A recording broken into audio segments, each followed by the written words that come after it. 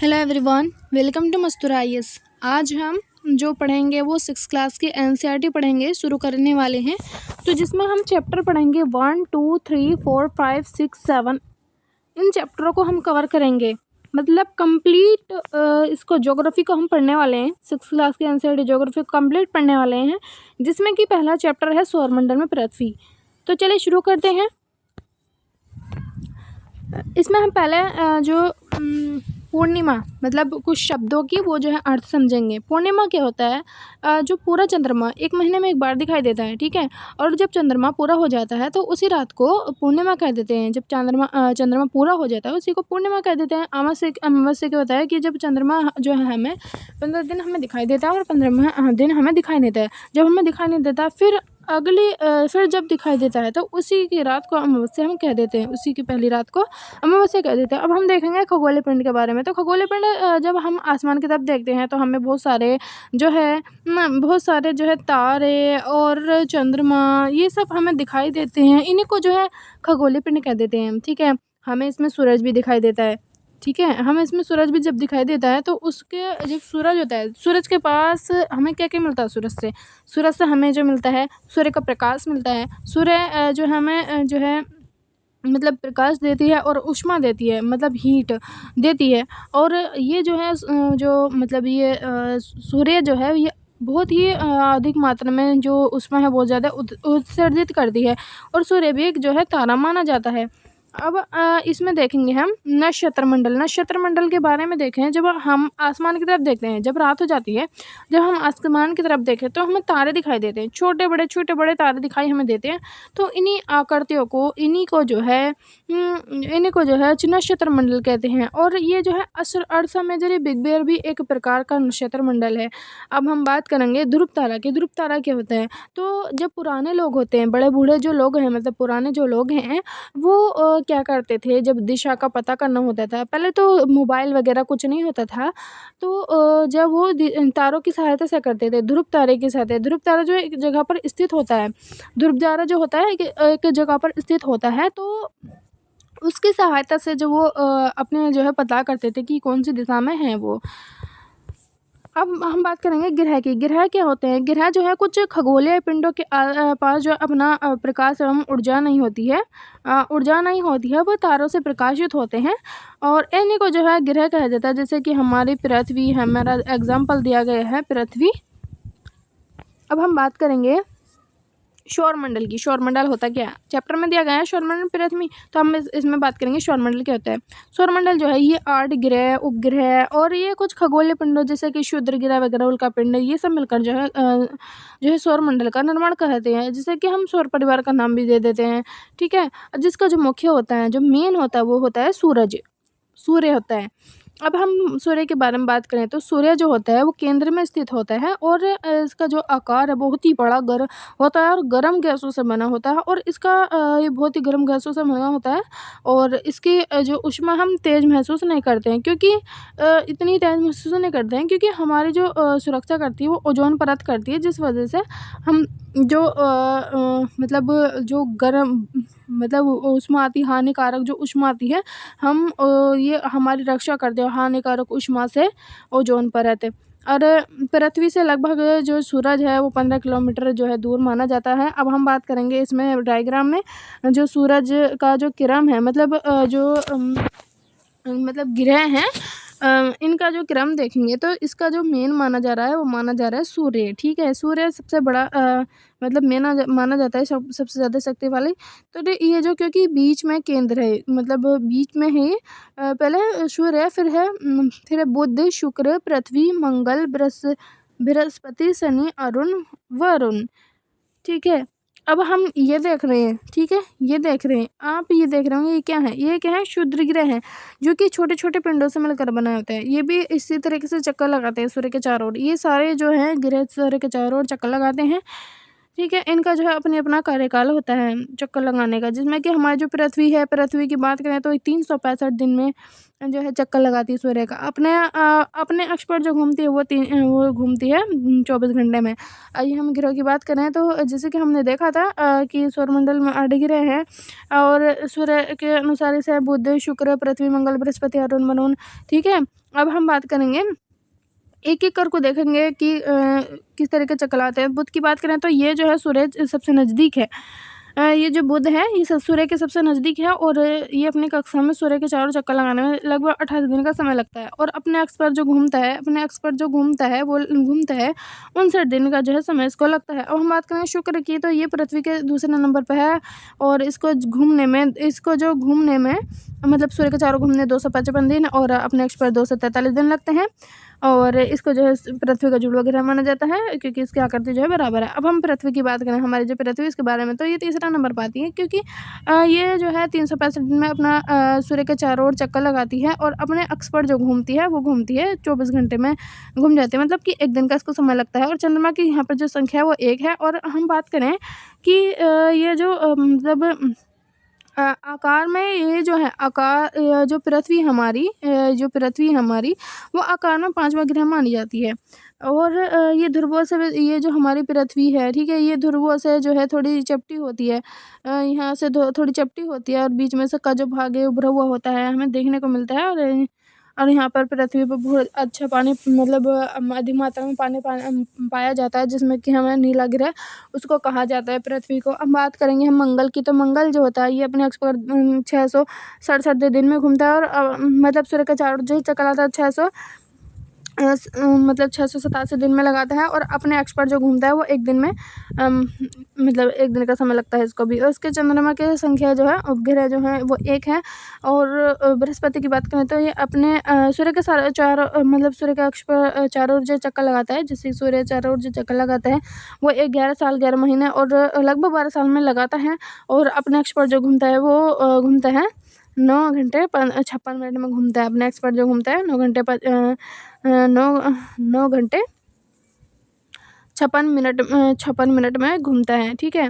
अब हम बात करेंगे इसके चंद्रमा की संख्या की, यहाँ पर 53 है। अब शनि की बात करें तो ये जो है सूर्य के चारों ओर घूमने में 29 साल 5 महीने लगते हैं और अपने अक्ष पर जो घूमता है वो 10 घंटे 4 मिनट का इसका जो समय लगता है। और उसकी बात करें चंद्रमा की संख्या की, वो 53 है। और अरुण की बात करें तो इसको सूर्य के चारों चक्कर लगाने में 84 साल लगते हैं और अपने अक्ष पर घूमने में 17 घंटे 14 मिनट लगते हैं। और इस चंद्रमा की संख्या की बात करें तो 27 है। अब हम बात करेंगे वरुण की, जो लास्ट ग्रह है। इसको जो है सूर्य के चारों चक्कर लगाने में 164 साल लगते हैं और क्योंकि ये सबसे दूर है, जितनी दूरी है उतने दिनों में ये घूमते हैं और अपने अक्ष पर घूमने में 16 घंटे 7 मिनट लगते हैं। चंद्रमा की संख्या 13 है। अब हम बात करेंगे चंद्रमा की, तो चंद्रमा जो है हमारी पृथ्वी के पास केवल जो है एक हमारी जो पृथ्वी है उसके पास केवल एक ग्रह है, वो है चंद्रमा। और इसका जो व्यास है बात करें तो 1/4 है और 1/4 इसका व्यास माना जाता है। और चंद्रमा पृथ्वी का एक जो है जो चक्कर लगाता है वो मतलब चक्कर जो लगाता है वो 27 दिन में लगाता है। जो मतलब हमारी पृथ्वी के चारों ओर चक्कर लगाता है वो लगाता है मतलब ये जो है चंद्रमा लगाता है, जो कि उसको समय जो लगता है वो 27 दिन का समय लगता है, अपना 27 दिन में पूरा कर देता है और अपने अक्ष पर ही घूमने में भी 27 दिन में पूरा करता है। अब हम बात करेंगे इस पर जो है मतलब इस पर जो है इसकी सतह पर पर्वत, मैदान, गड्ढे सब पाए जाते हैं, लेकिन वहाँ पर जो है जीवन संभव नहीं है। अब हम बात करेंगे क्षुद्र ग्रह की, तो तारे, ग्रह, उपग्रह ये हमें संख्या में छोटे छोटे दिखाई देते हैं, जैसे कि हमने अभी देखा था क्षुद्र ग्रह को। तो इन पिंडों को जो है क्षुद्र ग्रह कहते हैं मंगल की ओर। जैसे कि हम इसमें देखेंगे ये हैं क्षुद्र ग्रह छोटे छोटे। अब हम बात करेंगे क्षुद्र ग्रह के बारे में, तो वैज्ञानिकों के अनुसार ऐसा माना जाता है कि क्षुद्र ग्रह जो हैं ये छोटे छोटे भाग से ही बने होते हैं, क्योंकि इनका जो कहना है वो मतलब बहुत साल पहले जो विस्फोट हुआ था जिसकी वजह से जो ग्रह टूट कर अलग होंगे हैं, ये इनका भाग माना जाता है। हम बात करेंगे उल्कापिंड की, तो ये उल्कापिंड कभी कभी जो इतने नज़दीक आ जाते हैं, उल्कापिंड जो होते हैं इतने नज़दीक आ जाते हैं कि इनकी प्रवृत्ति जो है इनके जो भाग हैं वो पृथ्वी पर गिरने लगते हैं और वायु के साथ जो है घर्षण होने के कारण गर्म हो जाते हैं, होकर जल जाते हैं और जिस वजह उसके बाद जो है चमकदार प्रकाश उत्पन्न करते हैं। और कभी कभी जो है कभी कभी कोई उल्कापिंड पूरी तरह से जले बिना ही पृथ्वी पर गिर जाता है, जिसकी वजह से हमारी पृथ्वी पर गड्ढे बन जाते हैं।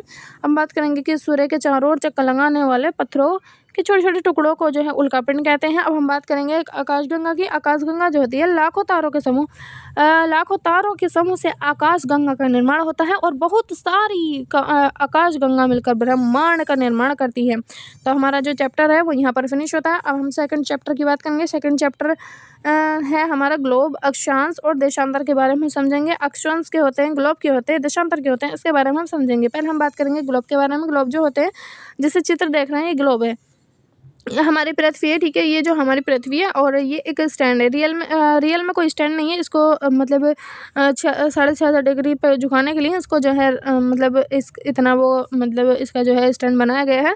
अब ये जो है सुइयाँ सी ये जो है इसको रोकने के लिए जो है इसको लगाई गई हैं, पर इसको जो ग्लोब है इसको लगाई गई हैं और इन्हीं को जो है अक्ष कहा जाता है। अक्ष कहा जाता है और जैसे कि ये ग्रीन ग्रीन दिख रहा है, ये यहाँ पर जो है महाद्वीप है और ये ब्लू ब्लू सारा जो है महासागर हमें पाने को मिलता है। और जहाँ की अलग अलग नाम दिए गए हैं, महाद्वीप हैं, 7 महाद्वीप हैं और इनके बारे में 5 जो है महासागर हैं, इसके बारे में आगे पढ़ेंगे। इसमें अब हम बात करेंगे ग्लोब की। ये हमें ग्लोब देखा है जो पृथ्वी के आकार का है, मतलब पृथ्वी का मतलब सेम मॉडल होता है, इसी को सेम मॉडल होता है, मतलब पूरी तरीके से हम रियल नहीं कह सकते हैं इसको। अब हम इसके बाद हम ग्लोब पृथ्वी पर एक छोटा मॉडल होता है जो पृथ्वी के आकार, महाद्वीप और महासागरों को दर्शाता है। अब हम बात करेंगे अक्षांश की। अक्षांश के बारे में हम देखेंगे। तो अक्षांश जो होती हैं वो एक ऐसी रेखाएं होती हैं जो पूरा पश्चिम में चलती हैं और पृथ्वी के ऊपर नीचे की तरफ बढ़ जाती हैं और मुख्य लाइनें होती हैं विषुवत रेखा से। इसे 0 डिग्री अक्षांश कहते हैं। इसके ऊपर उत्तरी अक्षांश होते हैं और नीचे में दक्षिण अक्षांश होता है और कुल अक्षांश 0 से 90 डिग्री तक होता है। उदाहरण की बात करें तो ज़्यादातर 8 डिग्री नॉर्थ और 37 डिग्री नॉर्थ अक्षांश के बीच जो है हमारा भारत होता है और मतलब कि भारत विषुवत रेखा से के ऊपर होता है उत्तरी गोलार्ध में। आइए हम इसमें देखेंगे। तो ये जो है अक्षांश कहलाया जाता है। ये जो रेखाएं हैं वो कहलाएंगी अक्षांश रेखाएं।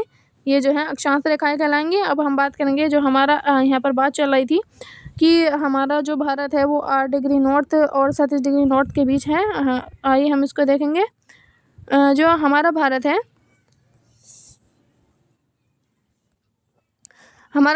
वो यहाँ पर ये जो माना जाता है समय, ये 8 डिग्री नॉर्थ का माना जाता है और ये जो समय है यहाँ का जो वो है रेखा, ये मानी जाती है 37 डिग्री नॉर्थ मानी जाती है। 37 डिग्री नॉर्थ मानी जाती है, ठीक है। अब हम देखेंगे यहाँ पर हमारा ये इसके बीच पाया जाता है, जो कि ये जो रेखा आप देख रहे हैं डार्क कलर इसमें डार्क दिख रही है, ये जो है ये है कर्क रेखा, ये है विषुवत रेखा, जो कि इसको मतलब ये विषुवत रेखा है और ये है मकर रेखा। अब हम बात करेंगे। अब हमने ये देखा अक्षांश के बारे में, हम देखेंगे ये ध्रुव कहलाएंगे, उत्तरी ध्रुव और दक्षिणी ध्रुव यहाँ इधर होगा। अब हम बात करेंगे देशांतर की। अभी हमने अक्षांश की बात करी थी, अब हम देशांतर की बात करेंगे। देखिए हमने इसमें देखा था जैसे कि ये जो उत्तरी गोलार्ध इसको जो है उत्तरी गोलार्ध कहेंगे, इसको दक्षिणी गोलार्ध कहेंगे। मतलब ये जो मेन रेखा है विषुवत रेखा जो है मेन रेखा है और इसको दक्षिणी गोलार्ध कहेंगे।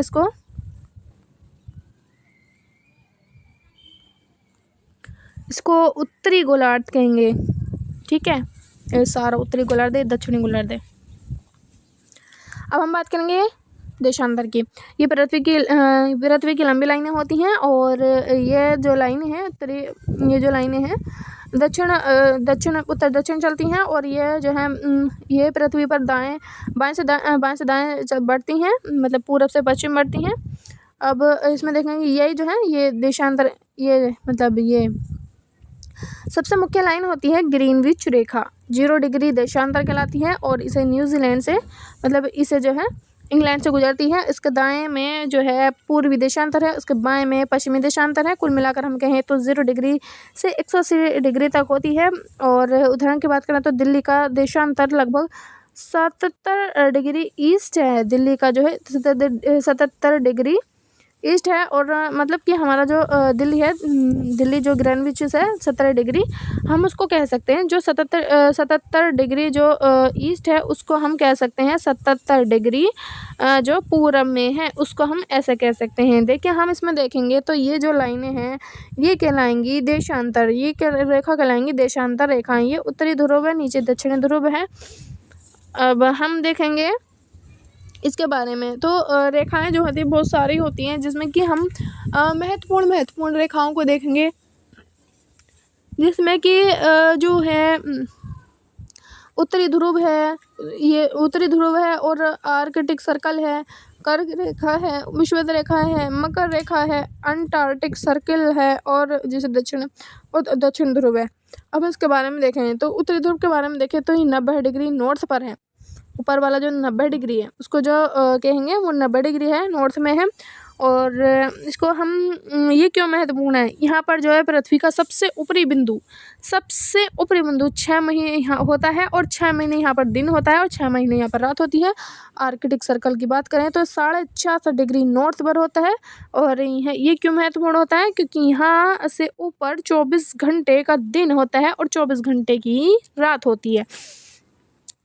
और कर्क रेखा की बात करें तो यहाँ पर जो सीधा जो है जो सूर्य है सीधा चमकता है, जो सूर्य का प्रकाश है वो सीधा चमकता है। 21 से 22 जून को जो है भारत से ग्रीष्म रेखा जो है ग्रीष्म जो संक्रांति इससे भारत से होकर गुजरती है। अब बात करेंगे हम विषुवत रेखा की तो 0 डिग्री अक्षांश पर होती है।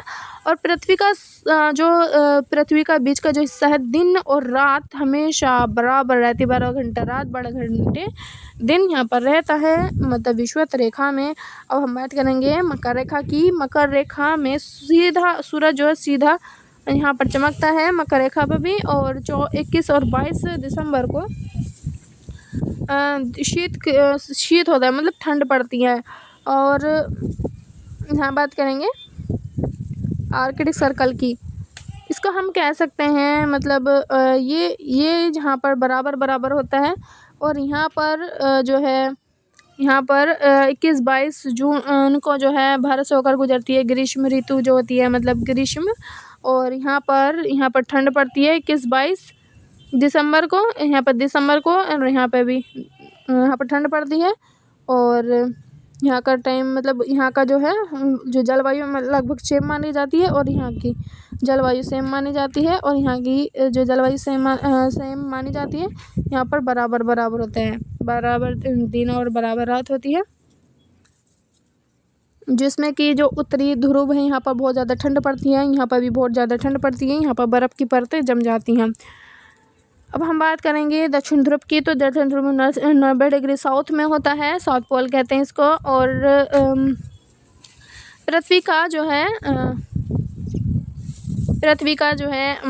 पृथ्वी का सबसे निचला बिंदु है। 6 महीने यहाँ पर दिन होता है, 6 महीने यहाँ पर रात होती है। अब हम बात करेंगे भारत से जो गुजरने वाली जो महत्वपूर्ण रेखा है वो है कर्क रेखा, जो कि सबसे महत्वपूर्ण मानी जाती है, जो कि मतलब 23.5 डिग्री नॉर्थ पर है। और ये 8 ही राज्यों से होकर गुजरती है, जिसमें कि गुजरात है, राजस्थान है, मध्य प्रदेश है, छत्तीसगढ़, झारखंड है और पश्चिम बंगाल, त्रिपुरा, मिजोरम। अब हम बात करेंगे ताप के जो पृथ्वी के ताप कटिबंध। तो इसमें हम बात करेंगे पृथ्वी पर सूर्य की गर्मी हर जगह एक जैसी नहीं पहुंचती है, इसलिए पृथ्वी को जो है 3 मुख्य ताप कटिबंधों में बांटा गया है, जिसमें कि उष्ण कटिबंधी। उष्ण का मतलब ही होता है गर्म, उष्ण का मतलब ही होता है गर्म से होता है। यहाँ का जो क्षेत्र है गर्म होगा। यहाँ पर कहाँ कि यहाँ पर कर्क रेखा है, ठीक है, 60 डिग्री नॉर्थ में, नॉर्थ से मकर रेखा 60 डिग्री साउथ के बीच यहाँ पर जो विषुवत रेखा है यहाँ 0 डिग्री भी इसी में आती है। यहाँ पर बहुत ज़्यादा गर्मी होती है। मौसम की बात करें तो साल भर जो है बहुत गर्म रहता है।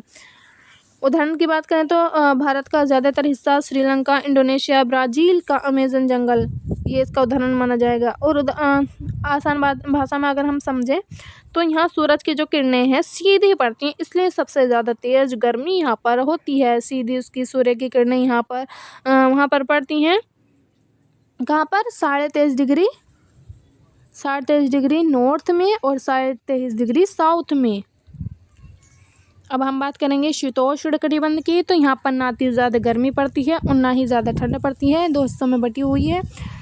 और अब हम बात करेंगे उत्तरी शीतोष्ण कटिबंध और एक होता है दक्षिणी शीतोष्ण कटिबंध। ठीक है, उत्तरी शीतोष्ण कटिबंध में कर्क रेखा 23.5 डिग्री के अंटार्कटिक सर्कल 66.5 डिग्री नॉर्थ तक होती है, और दक्षिण मकर रेखा 23 डिग्री साउथ से अंटार्कटिक सर्कल 66 डिग्री साउथ तक होती है। मौसम की बात करें तो ना यहाँ पर ज़्यादा गर्मी में गर्म, सर्दी में ठंड यहाँ पर पड़ती है, मतलब मध्यम मौसम यहाँ पर रहता है। उदाहरण की बात करें तो दिल्ली का ऊपरी वाला जो हिस्सा है वो, और यूरोप और अमेरिका, चीन, जापान इसके अंतर्गत आते हैं। आसान भाषा में अगर हम समझें तो यहाँ पर सूर्य की जो किरणें तेज पड़ती हैं, इसलिए ना ज़्यादा गर्मी और ना ज़्यादा ठंड पड़ती है। अब हम बात करेंगे शीत कटिबंध की। शीत कटिबंध का शीत का ही मतलब होता है ठंड से, ठंड होता है, शीत का मतलब ही ठंड से होता है। अब हम बात करेंगे दो हिस्सों में बटी होती है, उत्तरी शीत कटिबंध, दक्षिणी शीत कटिबंध। एक होता है आर्क, इसी में उत्तरी शीत कटिबंध में आर्कटिक सर्कल 66 डिग्री नॉर्थ में से उत्तरी ध्रुव, और उत्तरी ध्रुव में 90 डिग्री जो नॉर्थ तक होता है। दक्षिण में बात करेंगे तो आर्कटिक सर्कल 66 डिग्री साउथ से, और दक्षिण ध्रुव दक्षिण में जो है 90 डिग्री साउथ तक होती है। मौसम की बात करें साल भर बहुत ज़्यादा ठंड होती है, बर्फ़ यहाँ पर जमी रहती है। उदाहरण की बात करें तो ग्रीनलैंड है, अलास्का है और है अंटार्कटिका। ठीक है, आसान बात में हम समझें तो यहाँ पर जो सूर्य की किरणें हैं वो बहुत ज़्यादा तिरछी पड़ती है, इसलिए यहाँ पर बहुत ज़्यादा ठंड होती है। इसमें हम देख सकते हैं, इसको हम समझें, ये विषुवत रेखा है। ठीक है, और यहाँ पर जो है उष्ण कटिबंध है, ये जो है सारा उष्ण कटिबंध है, ये सारा जो है उष्ण कटिबंध है, जहाँ पर ये बहुत ज़्यादा गर्मी होती है। 12 घंटे के दिन, 12 घंटा का यहाँ पर रात देखने को हमें मिलती है, जो कि यहाँ पर 0 डिग्री होता है। ठीक है, अब हम बात करेंगे सेकंड जो हमने पढ़ा था उत्तरी शीतोष्ण कटिबंध, दक्षिणी शीतोष्ण कटिबंध। ठीक है, ये 23.5 डिग्री उत्तर से और 23.5 डिग्री दक्षिण में यहाँ पर दक्षिण शीतोष्ण कटिबंध और उष्ण कटिबंध। यहाँ पर जो है ना ही ज़्यादा गर्मी होती है ना ही ज़्यादा ठंड होती है, यहाँ पर समान मौसम हमें देखने को मिलता है। अब हम बात करेंगे उसकी 23.5 डिग्री उत्तर की, 23.5 डिग्री दक्षिण की। तो ये वाला जो क्षेत्र है, यहाँ पर बर्फ़ ही बर्फ़ जमी रहती है, ये बहुत ज़्यादा ठंड पड़ती है। अब हम बात करेंगे आगे ट्रिक से हम समझें तो बीच में उष्ण का मतलब गर्म, बीच के दोनों तरफ जो है शीतोष्ण मतलब मध्यम, और सबसे ऊपर नीचे शीत का मतलब ठंड है। और हम बात करेंगे अब देशांतर और समय की। पृथ्वी अपने अक्ष पर 24 घंटे में एक चक्कर जो है पूरा करती है, वो हमें पता है, चक्कर लगाती है, यानी कि 24 घंटे में 360 घूम जाती है। 1 घंटे में अगर हम घुमाएं, घंटे में पृथ्वी कितना घूमेगी, हम इसको देखेंगे तो 360 डिग्री से भाग कर देंगे हम 24 को, तो हमारा जो निकल के आएगा वो 15 डिग्री निकल के आएगा। मतलब कि हर 15 देशांतर जो है 1 घंटे का वहाँ पर फ़र्क होता है। ग्रीनविच रेखा जो 0 डिग्री देशांतर का समय मानक है, इसे कि GMT या UTC का समय माना कहते हैं। अब हम भारत इसमें आगे हैं, भारत का जो समय है GMT प्लस 5.5 घंटे माना जाएगा, क्योंकि जो भारत है 82.5 डिग्री ईस्ट पर है, और 82.5 1/2 का मतलब होता है 0.5। ठीक है, 0.5 होता है। अब हम इसे भाग कर देंगे 15 से, तो इसका जो निकल के आएगा वो निकल के आएगा 5.5 घंटे। देखिए, हम ग्रीनविच रेखा की बात करें तो ग्रीनविच रेखा जो है ये हमें देखने को मिलती है, ये वाली जो रेखा है ग्रीनविच रेखा है। अगर हम इधर को जाते हैं तो समय बढ़ता है, इधर को जाते हैं तो समय घटता है।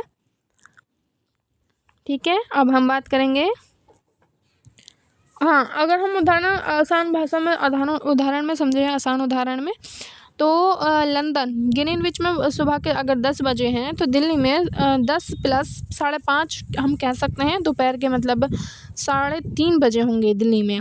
दिल्ली में शाम के 6 बजे हैं तो लंदन में हम कह सकते हैं माइनस करेंगे 6 माइनस 5:30 दोपहर के, मतलब लंदन में 12:30 बजे हैं। अगर हम ट्रिक से देखें तो पूरब की अगर ओर जाते हैं हम तो समय आगे बढ़ता है, और मतलब पश्चिम की ओर जाते हैं तो समय पीछे घटता है। मतलब 15 डिग्री देशांतर बराबर 1 घंटे का अंतर यहाँ पर देखने को मिलता है। अब हम देखें कि हम समय मानक जो है, हम मानक समय जो है क्यों मानते हैं। बड़ी जगहों और देशों को में जो है काम आसान करने के लिए हम समय मानते हैं। जो व्यापार वगैरह होते हैं, जो भी कोई बड़ा देशों का काम होता है, उसको मानने के मतलब उसको आसान काम करने के लिए हम जो है ये काम मतलब समय मानते हैं। ये हमारा चैप्टर यहाँ पर फिनिश होता है। अब हम मतलब थर्ड चैप्टर की ओर जाते हैं, जिसमें कि थर्ड चैप्टर का नेम है पृथ्वी की गति। आइए हम इसको समझते हैं पृथ्वी क्या है और पृथ्वी की गति हम इसको समझेंगे। तो चलिए शुरू करते हैं। तो पृथ्वी जो होती है, पृथ्वी की जो गति है वो 2 तरीके से होती है, घूर्णन और परिक्रमण। ठीक है, हम घूर्णन को समझेंगे। जैसे हमारी ये पृथ्वी है, ठीक है, ये हमारी पृथ्वी वो अपने अक्ष पर घूमती रहेगी। ये जैसे कि लट्टू होता है ना, लट्टू, ये लट्टू है तो ये अपने अक्ष पर घूमेगा। ठीक है, ये जो लट्टू है ये अपने अक्ष पर घूमेगा। तो इसी तरीके से हमारी जो पृथ्वी वो अपने अक्ष पर घूमती है, उसी को जो है घूर्णन कहते हैं। अब परिक्रमण का मतलब होता है जो कि अगर परिक्रमण का मतलब समझें तो अगर ये सूर्य है, ठीक है, सूर्य ये जो कक्षाएं हम बना देते हैं, ये हमारी पृथ्वी ये इसके चारों तरफ घूमती रहेगी तो इसी को कहेंगे परिक्रमण। मतलब सूर्य की चारों चक्कर लगाना या किसी का भी चारों चक्कर लगाना परिक्रमण कहलाएगा। ठीक है, अब हम बात करेंगे कक्षीय समतल की। तो वह समान तल होता है जो कि कक्षा के द्वारा बनाया जाता है, उसी को समतल जो है कक्षीय समतल कहते हैं। अब हम बात करेंगे दीप्ति व्रत की। तो ग्लोब पर वह व्रत जो दिन और रात को विभाजित करने में बांटता है, उसे प्रतिदीप्ति कहते हैं। देखिए हम इसमें देखेंगे चित्र में तो ये जो है हमें ये भाग जो दिखाई दे रहा है, ये लेकिन रेखा जो है प्रतिदीप्ति रेखा दिखाई दे रही है, क्योंकि इधर का जो समय है यहाँ पर दिन हो रहा है और यहाँ का जो समय है यहाँ पर रात हो रही है। क्योंकि सूरज इधर है तो इधर मतलब सूरज एक स्थान पर रहता है। जब हमारी पृथ्वी इधर से मतलब इधर को घूमेगी, तो जब हमारी जो पृथ्वी चक्कर लगाएगी तो यहाँ पर अगली बार को जो है यहाँ पर जो है मतलब दिन होगा और यहाँ पर रात होगी। इस तरीके से हम समझ सकते हैं। ये जो रेखा है 2 भागों में जो विभाजित करेगी उसी को जो है प्रतिदीप्ति रेखा है, इसको प्रतिदीप्ति व्रत कहेंगे। तो चलिए अब हम आगे देखते हैं, पृथ्वी के बारे में समझेंगे। तो पृथ्वी अपने अक्ष पर एक चक्कर पूरा करने में लगभग 24 घंटे का समय लगते हैं, जिसे इसी को जो पृथ्वी दिन कहते हैं। और पृथ्वी एक वर्ष या 365 दिन 6 घंटे में सूर्य का चक्कर लगाती है। 6 घंटे हम नहीं जोड़ते हैं, क्योंकि हम अपनी आसानी के लिए हम इसको मतलब 4 साल में जोड़ते हैं। 6 6 6 और 6 ये बन जाता है 24 घंटे। ठीक है, 24 घंटे बन जाता है। जो 24 घंटे का मतलब एक दिन होता है, एक दिन ये जोड़ा जाता है। ठीक है, हर साल के बाद हर साल में जो है हर 4 साल में हर साल में जो है 6 घंटे जो होते हैं वो नहीं जोड़े जाते हैं। मतलब चौथे साल को जोड़े जाते हैं। और जब चौथे साल को जोड़े जाते हैं तो एक दिन बन जाता है, जिसको कि ये दिन जो है फरवरी में जोड़ दिया जाता है। कभी जो है हमारी जो मतलब फरवरी है वो 29 दिन की हो जाती है, 4 साल में 29 दिन की होती है इसी वजह से। अब इसी को जो है लीप वर्ग भी कहते हैं। अब देखिए इसमें भी लिखा है कि लेकिन 6 घंटे इसमें नहीं जोड़ते हैं। 4 वर्षों के बाद 6 घंटे मिलाकर 24 घंटे यानी कि एक दिन बनते हैं। चौथे वर्ष में फरवरी महीने में दिन जोड़ दिया जाता है, जिससे कि 28 के बदले जो 29 का महीना वहाँ पर हो जाता है और 366 दिन हो जाते हैं, उसी को जो है लीप वर्ष कहते हैं। अब आपको बता रहे हैं कमेंट बॉक्स में कि अगला लीप वर्ष कब। अब इसमें पढ़ते हैं तो 21 जून को जो उत्तरी गोलार्ध, जैसे कि हमारी पृथ्वी है, उत्तरी गोलार्ध की बात चल रही है, ये उत्तरी गोलार्ध होता है। उत्तरी गोलार्ध को सूर्य की तरफ झुक जाता है, गोलार्ध को सूर्य जो है तरफ झुक जाता है इसको, और सूर्य की किरणें कर्क रेखा पर सीधे पड़ती हैं, जिससे कि वहाँ पर अधिक ऊष्मा वहाँ पर मिलती है। और 21 जून को इन क्षेत्रों में सबसे लंबा दिन और सबसे छोटी रात होती है। पृथ्वी की इस अवस्था को ही उत्तर अयनांत कहते हैं, इसको उत्तर अयनांत कहते हैं। ठीक है, अब हम दक्षिण अयनांत की बात करेंगे। ठीक है, जब सूर्य की किरणें मकर रेखा पर जो है लंबवत पड़ती हैं और तब उत्तरी गोलार्ध में शीत ऋतु होती है। जब यहाँ पर जो है सीधी जैसे कि हमारी पृथ्वी है, ठीक है, ये हमारी पृथ्वी है, यहाँ पर जो है लंबवत रेखा पड़ेगी, मतलब लंबवत किरणें पड़ेंगी, सूर्य की जो किरणें हैं मकर रेखा पर लंबवत पड़ेंगी, तब क्या होगा कि यहाँ पर उत्तरी गोलार्ध में जो है ठंड पड़ेगी, यहाँ पर जो है गर्मी पड़ेगी, यहाँ पर ठंड पड़ेगी। इसी को दक्षिण अयनांत कहते हैं। और यह 21 दिसंबर के आसपास होता है, यहाँ पर जो 21 दिसंबर के पास होता है। इस दिन उत्तरी गोलार्ध में साल का सबसे छोटा दिन, सबसे लंबी रात होती है। तो आइए अब आगे समझते हैं हम।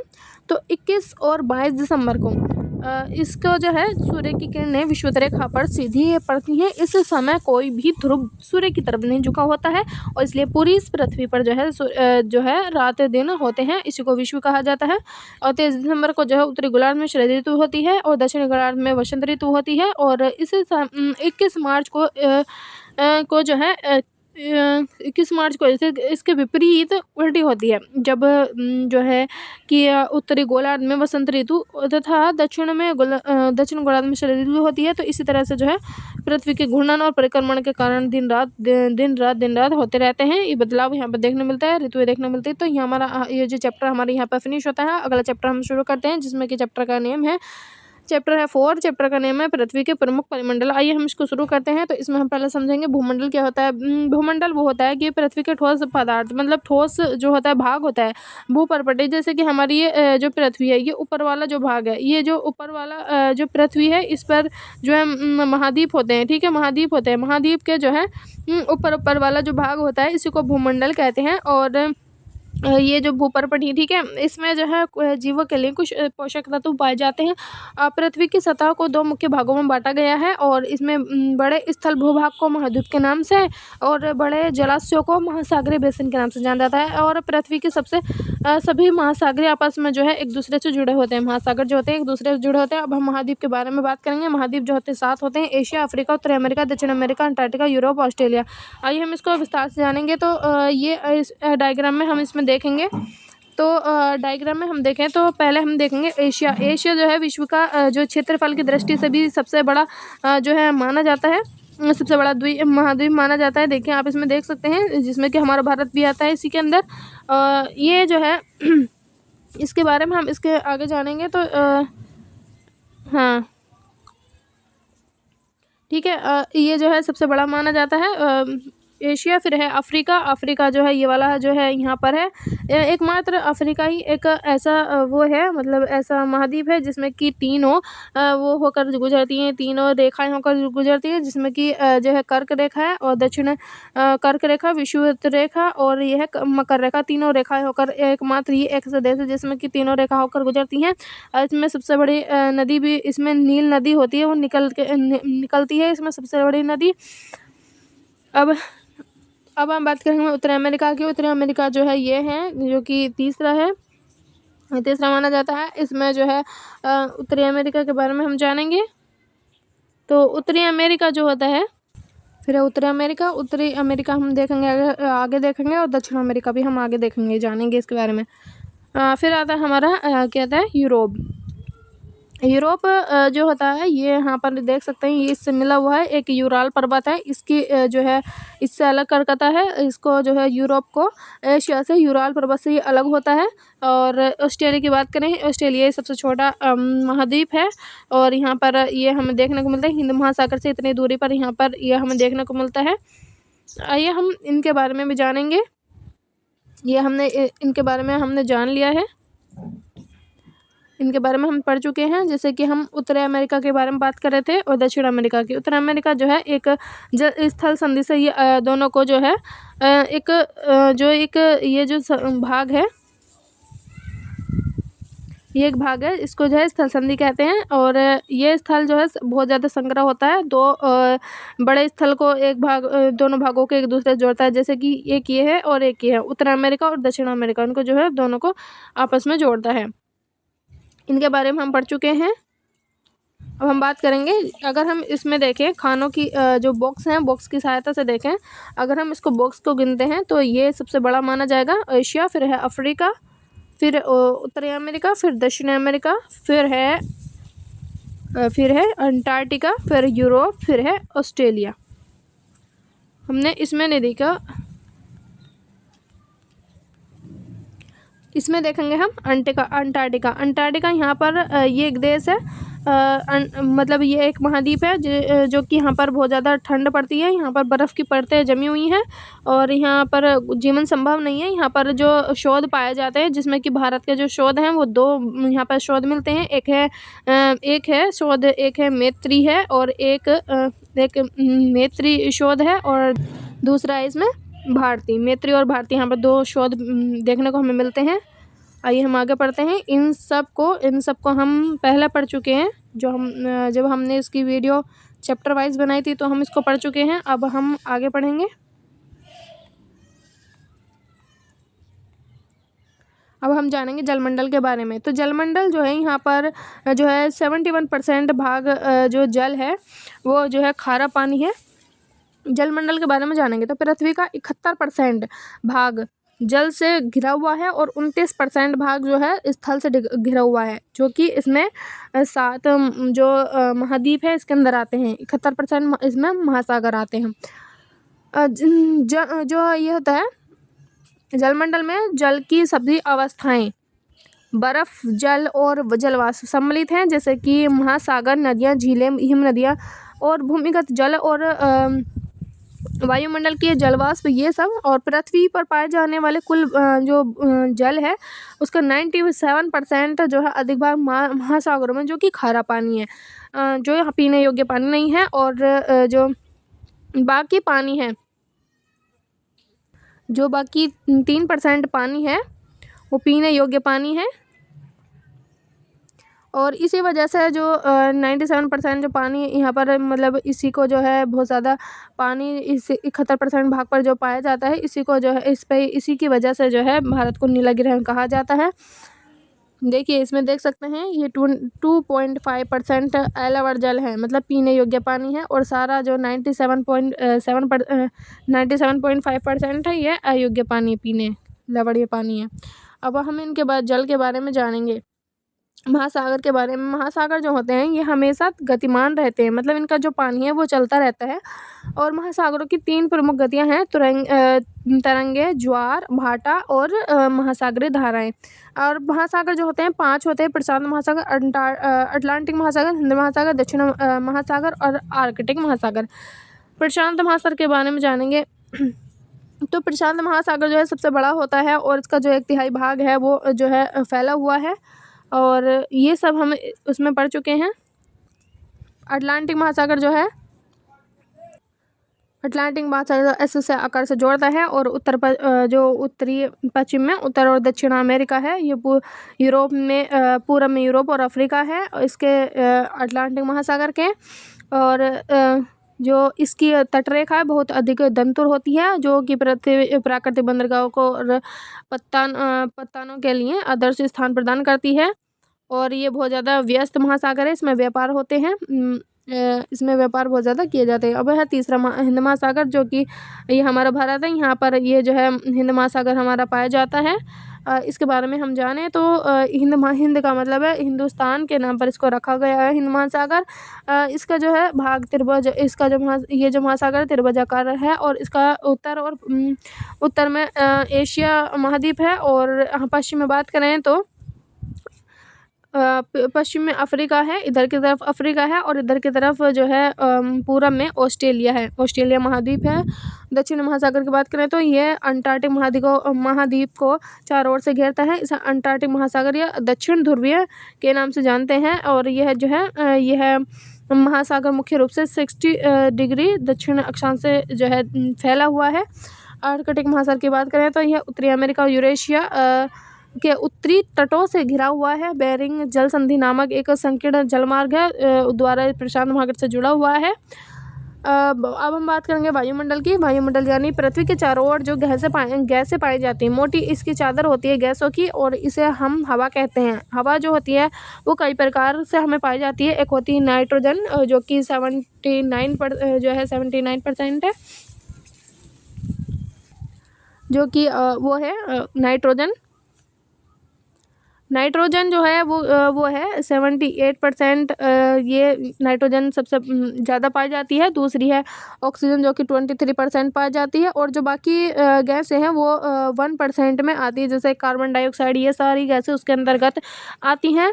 अब इसके बारे में हम ये जानेंगे कि ये वायुमंडल हमें ज़रूरी क्यों है, क्योंकि हम इस सांस लेते हैं, ऑक्सीजन हमें मिलती है, हम ऑक्सीजन प्राप्त करते हैं, और पेड़ पौधे जो है ऑक्सीजन जो होता है वो छोड़ते हैं, और कार्बन डाइऑक्साइड वो ग्रहण करते हैं, और हम कार्बन डाइऑक्साइड छोड़ते हैं। इनका जो है बहुत ज़्यादा आपसी संबंध रहता है। और पृथ्वी की सूर्य की खतरनाक किरणें, जो कि अल्ट्रावायलेट जो होती हैं, सब हमें बचाती हैं वायुमंडल जो होता है। और पृथ्वी में जो रात में पृथ्वी का ताप बाहर नहीं जाने देती है, इसलिए बहुत ही ठंड नहीं पड़ती है। बारिश है, मौसम और हवा सब वायुमंडल की वजह से ये सब होता है। और ऋतुएं जो चेंज होती हैं, ये सब वायुमंडल की वजह से होती है। वायुमंडल में क्या क्या होता है? नाइट्रोजन, ऑक्सीजन और कार्बन डाइऑक्साइड। ये नाइट्रोजन सबसे ज़्यादा होती है 78%, और ऑक्सीजन 21%, और ये जलवाष्प, आर्गन, ये सारी जो गैसें 1% के अंदर आती हैं, और धूल के कण भी इसी के अंदर आते हैं। और जो हम बात करेंगे वायुमंडल की परतों की, वायुमंडल की जो परतें हैं वो 5 पाई जाती हैं: सौमंडल, सप्ताहमंडल, मध्यमंडल, आयमंडल और बहिमंडल। सौमंडल जिसमें कि हम रहते हैं, और समताप मंडल जिसमें कि समान ताप है, मध्यमंडल जो कि मध्य है, इसमें जो है इसमें सौमंडल में जो है हेलीकॉप्टर भी उड़ते हैं, और सौमंडल में, और ये आयन मंडल और बहिर्मंडल जो कि सबसे बाहर का जो है ये मंडल है। अब हम इसके बारे में देखेंगे मोटे मोटे तौर से। तो सौमंडल जो होता है, ये जो है यहाँ पर हम रहते हैं, सांस हम यहाँ पर लेते हैं। जो पर्वत होते हैं, पर्वत बहुत ज़्यादा ऊंचाई पर पहुँच जाते हैं, जो कि वायु से सौमंडल से ऊपर पहुँच जाते हैं, जहाँ की ऑक्सीजन की जो है कमी हो जाती है। और अब हम बात करेंगे समताप मंडल की। यहाँ पर समान ताप होता है, और समान ताप होता है। मध्यमंडल की बात करें तो मध्यमंडल जो होता है, मंडल तीसरी परत होती है, जो कि यहाँ का जो तापमान है बहुत ही कम होता है। जितना ऊपर जाते रहेंगे, जितना ऊपर जाते हैं उतना ही जो तापमान है वो कम होता जाता है। अब हम बात करेंगे आयन मंडल की। आयन मंडल जो है पृथ्वी के वायुमंडल की एक परत है, जो मध्यमंडल इसके ऊपर वायुमंडल के अंदर होती है। ये जो है 60 किलोमीटर से 1000 किलोमीटर के ऊंचाई तक फैली हुई होती है। अब हम बात करेंगे बहिर्मंडल की। बहिर्मंडल ये सबसे ज़्यादा बाहर होती है। इसके जो गैस कण इतने बहुत ज़्यादा दूर दूर होते हैं। अब हम बात करेंगे इसके बारे में जीवमंडल के। जीवमंडल जो होता है पृथ्वी का वह हिस्सा है जहाँ जीव और सजीव रहते हैं, यानी जहाँ जीवन संभव है, वो पूरा जो इलाका जीवमंडल कहलाएगा। जीवमंडल के जो है तीन भाग हैं: स्थलमंडल, जलमंडल और वायुमंडल। स्थलमंडल की बात करें तो जहाँ पर जो पेड़ पौधे, जानवर, ये सब इंसान रहते हैं, इसको स्थलमंडल आते हैं, जिसमें भूमि भी आती है। जलमंडल की बात करें जहाँ पानी है, जहाँ भी पानी होता है उसको स्थलमंडल कहते हैं। नदियाँ होती हैं, समुद्र, तालाब में मछली होती हैं, ये और ये सब। वायुमंडल की बात करें तो कीड़े मकोड़े और ये हवा जो होती हैं, और पक्षी वगैरह, और हवा में जो ऑक्सीजन वगैरह ये हम सांस लेते हैं, ये वायुमंडल से लेते हैं। अब ये हमारा चैप्टर यहाँ पर फिनिश होता है। अब हम बात करेंगे अगले चैप्टर की। अगला चैप्टर है हमारा 5। चैप्टर का नेम की बात करें तो पृथ्वी के प्रमुख स्थल रूप है। तो चलिए शुरू करते हैं। प्रमुख स्थल रूप जो ये दिख रहे हैं, ये चोंचदार जो हमें दिख रहे हैं, ये हमें पर्वत दिखाई दे रहे हैं। जिन पे जो है बर्फ़ पड़ती है। बर्फ़ पड़ने के बाद ये मतलब ग्लेशियर होते हैं बड़े बड़े, ये इन्हें सूर्य का प्रकाश पड़ता है तो ये पिघलने लग जाते हैं। जब पिघलते हैं तो नीचे नदी के रूप में आ जाते हैं, तेज़ी के साथ ये आते हैं। तो अब ये जो होते हैं ये पठार होते हैं। ये पर्वत से नीचे जो होते हैं पठार होते हैं, और ये प्लेन जो होते हैं मैदान होते हैं। मैदानों में जो ज़्यादा लोग रहना पसंद करते हैं। अब हम बात करेंगे स्थलमंडल की।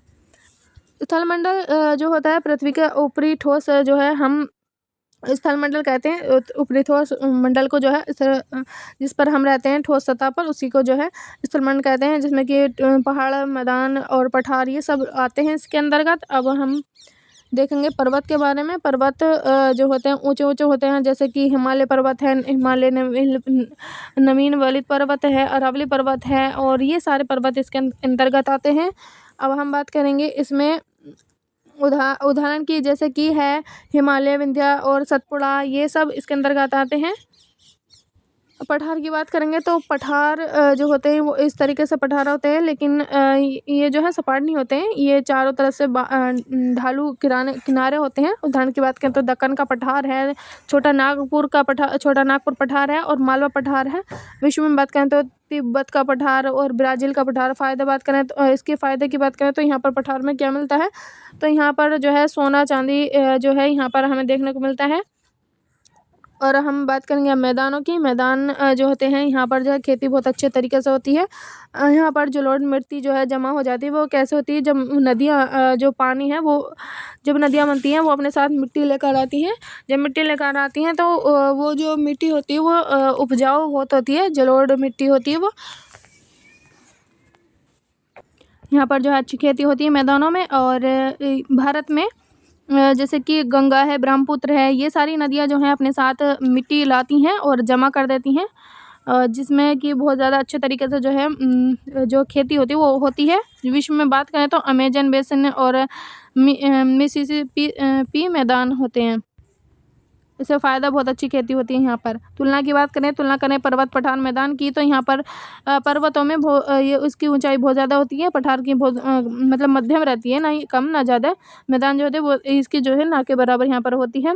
आकार की बात करें नुकीले होते हैं, पर्वत जो होते हैं नुकीले ढालू के होते हैं, और पठार की बात करें तो ऊपरी सपाट होती है। मैदान की बात करें बिल्कुल समतल होती है।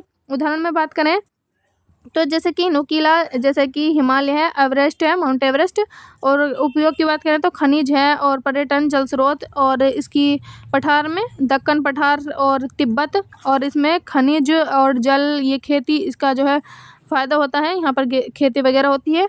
मैदान में जैसे कि गंगा का मैदान है और घनी आबादी में यहाँ पर लोग रहते हैं, खेती होती है और उद्योग यहाँ पर बनते हैं।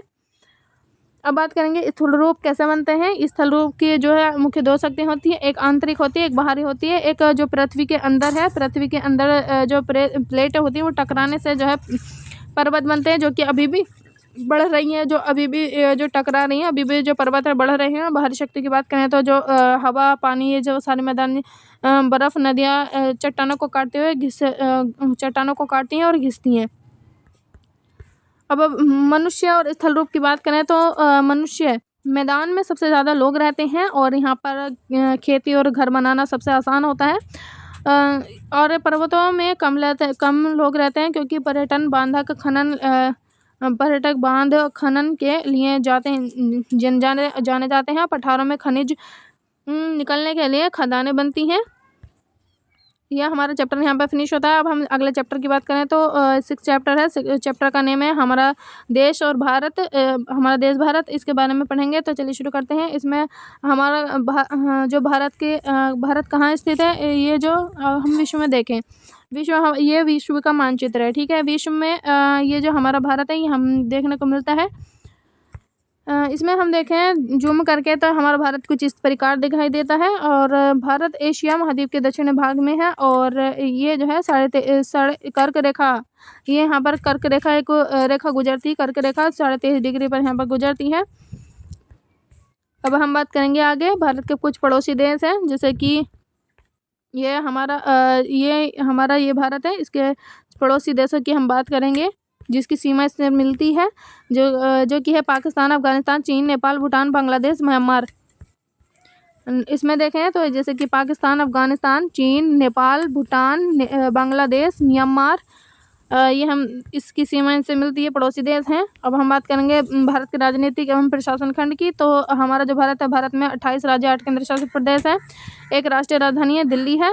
कोई भी मतलब देश हो उसकी एक राजधानी होती है। अब और जो सबसे बड़ा जो क्षेत्रफल की दृष्टि से माने तो सबसे बड़ा जो मतलब वो राज्य है वो राजस्थान है, सबसे छोटा जो है वो गोवा है। अब हम इसका भौतिक स्वरूप जानेंगे। तो छह भौतिक खंड हैं। हिमालय पर्वत उत्तर में दुनिया का सबसे ऊंचा और युवा पर्वत श्रेणी।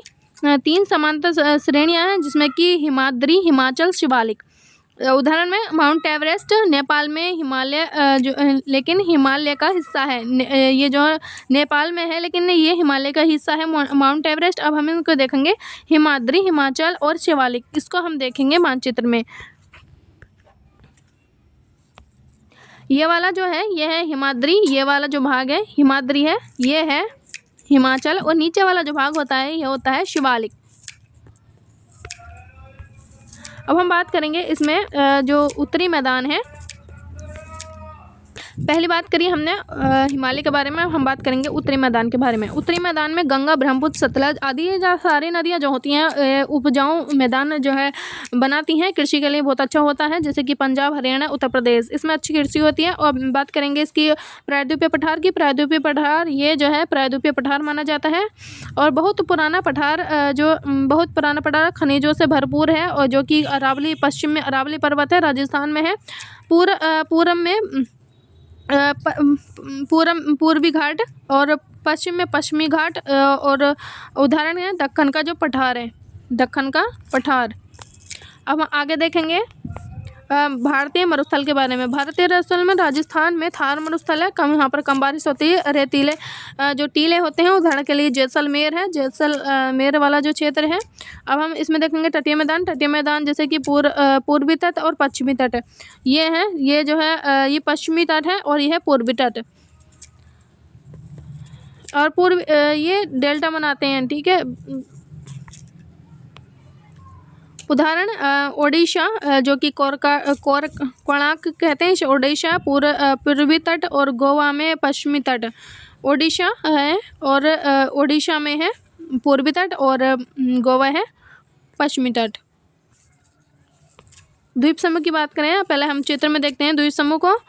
द्वीप समूह जो होते हैं 2 होते हैं, एक होता है लक्षद्वीप, एक होता है अंडमान निकोबार।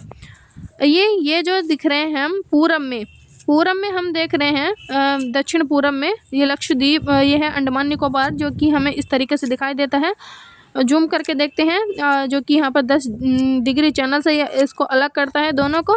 अब इसमें देखेंगे पश्चिम में, भारत का जो पश्चिम है, दक्षिण पश्चिम में यहाँ पर लक्षद्वीप दिखाई देता है। जैसे कि लक्षद्वीप ये हम देखते हैं, इसके जो है 2 समूह होते हैं, एक अंडमान निकोबार द्वीप समूह, दूसरा है लक्षद्वीप द्वीप समूह। अब हम बात करेंगे उपमहाद्वीप की। बहुत बड़ा भूभाग जो कि महाद्वीप का हिस्सा हो, लेकिन इसको अलग, इसकी ये जो है लेकिन अलग पहचान रखता हो ये। और भारत को दक्षिण एशिया का उपमहाद्वीप कहते हैं। डेल्टा जब नदी समुद्र से मिलने से पहले रेत जमा कर देती है, जमा करके त्रिकोण जैसा आकार बना देती है। उदाहरण के लिए गंगा, ब्रह्मपुत्र, जो सुंदरबन डेल्टा है, दुनिया का सबसे बड़ा डेल्टा सुंदरबन डेल्टा माना जाता है। जैसे कि ये है रेत जो जमा करता है, जैसे कि नदी आती है जो वो भारी मात्रा में ये जो है मिट्टी का कटाव करके आती है। तो अगर ये यहाँ पर जमा कर दे, ये इन्हीं को जो यहाँ पर जमा कर देती है, तो यहाँ इसी को डेल्टा कहेंगे। और यहाँ पर अलग अलग भागों में नदियाँ बढ़ जाती हैं, जिन्हें कि वितरिका कह देते हैं।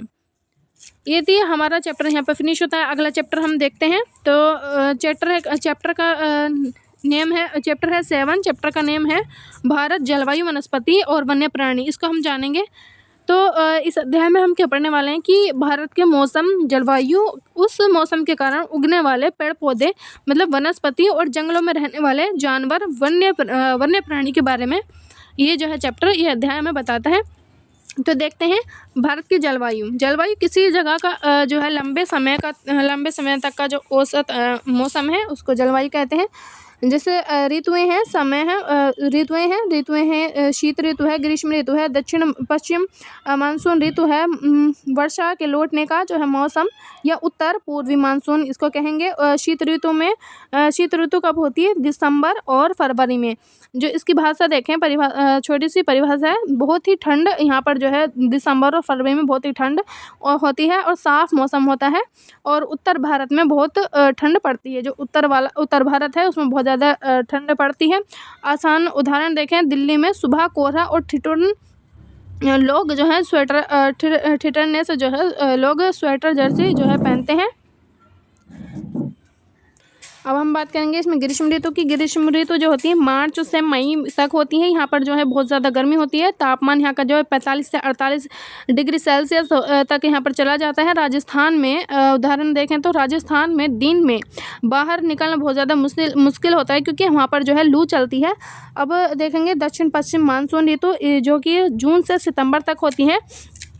जून से सितंबर होती है। जैसे कि छोटी सी परिभाषा इसको देखें तो बारिश का मौसम यहाँ पर देखने को मिलता है। बारिश के मौसम में हवाएं अरब सागर और बंगाल की खाड़ी से नमी लाती हैं। ये जो हवाएं हैं अरब सागर और बंगाल की खाड़ी से नमी लाती हैं। और मुंबई में जून जुलाई में झमाझम जो है बारिश पड़ती है। छाता लेकर यहाँ पर लेकर घूमते हैं, और रेन कोट जो होता है उसको पहनना ज़रूरी होता है वहाँ पर। अब वर्षा के लौटने का मौसम और उत्तरी पूरब मानसून के देखें तो ये अक्टूबर नवंबर में होता है। यहाँ की अगर छोटी सी परिभाषा समझे तो मानसून की हवाएं वापस लौट जाती है। तमिलनाडु आंध्र प्रदेश में भारी मात्रा में यहाँ पर बारिश देखने को मिलती है। उदाहरण की बात करें तो चेन्नई में अक्टूबर नवंबर में सबसे ज़्यादा जो है बारिश हमें देखने को मिलती है। वनस्पति प्राकृतिक वनस्पति क्या होते हैं? प्राकृतिक वनस्पति वो होते हैं जो कि वो खुद ब खुद जो हैं बड़े हो जाते हैं। खुद ब खुद जो हैं बड़े हो जाते हैं। इसमें मानव का कोई हस्तक्षेप नहीं होता है। मतलब मानव उसमें कुछ नहीं करता है, ना ही पानी, ना खाद, ना कुछ देता है। वो खुद ब खुद बड़े हो जाते हैं। वो प्राकृतिक वनस्पति कहलाते हैं, जिसमें कि उष्णकटिबंधीय सदाबहार वन है और उष्णकटिबंधीय पर्णपाती वन है, कंटीले झाड़ीदार वन है, पर्वतीय वन है, मैंग्रोव वन है। अगर हम उष्णकटिबंधीय सदाबहार वन की देखें तो बारिश की मात्रा यहाँ पर जो है इनको जो कितनी बारिश की मात्रा मिलती है 200 सेंटीमीटर से ज़्यादा यहाँ पर जो है वो होती है बारिश यहाँ पर होती है। इनको चाहिए बारिश। मुख्य पेड़ हैं साल, शीशम, आबनूस, रोजवुड। और जगह की बात करें कि कहाँ पर होते हैं ये, केरल, असम और अंडमान निकोबार में यहाँ पर 20 सेंटीमीटर से ज़्यादा यहाँ पर वर्षा देखने को मिलती है। इनमें उष्णकटिबंधीय पर्वतीय वन, इसमें 70 से 200 सेंटीमीटर की यहाँ पर वर्षा होती है। अगर हम जगह की बात करें तो मध्य प्रदेश और बिहार, जिसमें कि पेड़ हैं सागवान, साल, शीशम, चंदन। तीसरा है कंटीले झाड़ीदार वन, जो कि 70 सेंटीमीटर से कम यहाँ पर बारिश होती है, जिसमें कि राजस्थान और गुजरात है। इसमें पेड़ हैं बबूल है और कीकर, खजूर, कैक्टस। अगला है पर्वतीय वन। पर्वतीय वन जो होते हैं ये इनके जो ऊंचाई के साथ ही बदलते हैं। हिमाचल है और उत्तराखंड है। और 1000 से 2000 मीटर चीड़ होते हैं। इनकी जो लंबाई इतनी होती है। और चीड़, देवदार ये इतनी होती है। और 3600 मीटर तक से ऊपर जो है चांदी, देवदार, इतनी यहाँ इनकी जो है लंबाई हो जाती है। मैंग्रोव वन जो होते हैं ये खारी पानी वाले तटीय क्षेत्र में उगते हैं। ये यहाँ पर जो है बारिश होती है इतने पर तटीय क्षेत्र में। और उसके पेड़ की बात करें तो सुंदरी है, केवड़ा है और नारियल। जगह की बात करें सुंदरवन डेल्टा जो है पश्चिम बंगाल में है। ये देख सकते हैं उष्णकटिबंधीय वर्षा वन। हमें वनों की आवश्यकता क्यों होती है? वन हमें ऑक्सीजन देते हैं और हम सांस लेते हैं। वनों से जो है ऑक्सीजन देते हैं। हम ये जो वातावरण को शुद्ध करते हैं। और इनसे जो है वनों से हमें दवाइयाँ प्राप्त होती हैं, फल प्राप्त होते हैं, रबड़ प्राप्त होती हैं और गेंद वगैरह जो होती हैं, लकड़ी प्राप्त होती है। और जानवरों के लिए यहाँ पर जो है जो पक्षी वगैरह होते हैं ये इसके नीचे जो है इसमें जो है अपना घर बनाते हैं। देखिए इसमें देख सकते हैं पेड़ से क्या क्या होता है। पेड़ से हमें ऑक्सीजन मिलता है। तो पहली बात हमें ऑक्सीजन मिलता है। इससे जो है ये सारे जो कुर्सी मेज ये सब जो है ये बनते हैं पेड़ से। और पेड़ से ही फल मिलते हैं। चारा जो है भैंस वगैरह के लिए चारा मिलता है। छप्पर के लिए हमें लाभदायक होता है। दवाइयाँ हमें बनती हैं, हमारे लिए दवाइयाँ बनती हैं इसके पेड़ों से। शहद बनता है। शहद पर पेड़ पर अगर मधुमक्खी जब लगेगी तो शहद बनाएगी, शहद हमें प्राप्त होता है। फल हमें प्राप्त होते हैं, गोंद वगैरह। और ये जो पक्षी हैं चिड़िया वगैरह होती हैं, ये हमें मिलती हैं और यहाँ पर प्राप्त होती हैं। और इमारती लकड़ी जो होती हैं ये हमें इससे प्राप्त होती हैं। वन्य प्राणी की बात करें तो ये जंगल में अपने आप रहने वाले जानवर होते हैं। कुछ प्रसिद्ध भारतीय वन प्राणी और उनका जो है घर होता है। ये जानवर कहाँ होते हैं? ये जानवर जो है कौन कौन से होते हैं? बंगाल टाइगर, भारतीय हाथी और एक सिंगा वाला गैंडा, भारतीय शेर, मोल, नीलगाय, चिंगारा, काला हिरण और ऊँट। ये कहाँ पर मिलते हैं? सुंदरवन जो होता है डेल्टा, सुंदरवन डेल्टा, वहाँ पर बंगाल टाइगर मिलता है। और भारत में मध्य भारत में जंगल है वहाँ पर। और इसकी खास बात है कि भारत का राष्ट्रीय पशु इसको बंगाल टाइगर को माना जाता है। भारतीय हाथी ये असम, केरल, कर्नाटक में मिलते हैं। इसकी ये सबसे बड़ा जो है स्थलीय जंतु है। एक सिंगा वाला गैंडा ये असम में पाया जाता है। ये सिर्फ भारत नेपाल में मतलब मिलता है। 2 ही देश हैं इनमें मिलता है। भारतीय शेर ये तो गुजरात में मिलता है, गिर नेशनल पार्क है इसका। एशियाई इसको शेर माना जाता है। और मोर जो होता है पूरे भारत में मिलता है, जो कि इसको राष्ट्रीय पक्षी माना जाता है। नीलगाय, चिंगारा, काला हिरण ये जो है राजस्थान, मध्य प्रदेश में मिलता है। और ऊँट की बात करें, ये राजस्थान के रेगिस्तान में मिलता है। रेगिस्तान का इसको ऊँट को जहाज कहा जाता है। जिसमें कि हम देख सकते हैं ये इतने सारे जो ये हमें वन्य प्राणी हमें मिलते हैं। अब है इन्हें संरक्षण की ज़रूरत। बहुत सारे जानवर लुप्त हो गए, लुप्त होने के कगार पर हैं। इनका क्या कारण हो सकता है कि इनका जो कारण है वो जंगलों को काटने की वजह है। जंगल को हमें बचाना चाहिए। जंगल जो कट रहे हैं इनसे जो है ये ये हैं जानवर ये विलुप्त होते जा रहे हैं। और काफ़ी और इसलिए जो है भारत में 89 राष्ट्रीय उद्यान है। 500 से ज़्यादा वन्य जीव हैं, अभ्यारण्य और कई प्रोजेक्ट इसके लिए चल रहे हैं। प्रोजेक्ट टाइगर, प्रोजेक्ट एलिफेंट चल रहे हैं। ये तो हमारा चैप्टर यहाँ पे फिनिश होता है। Thanks for watching.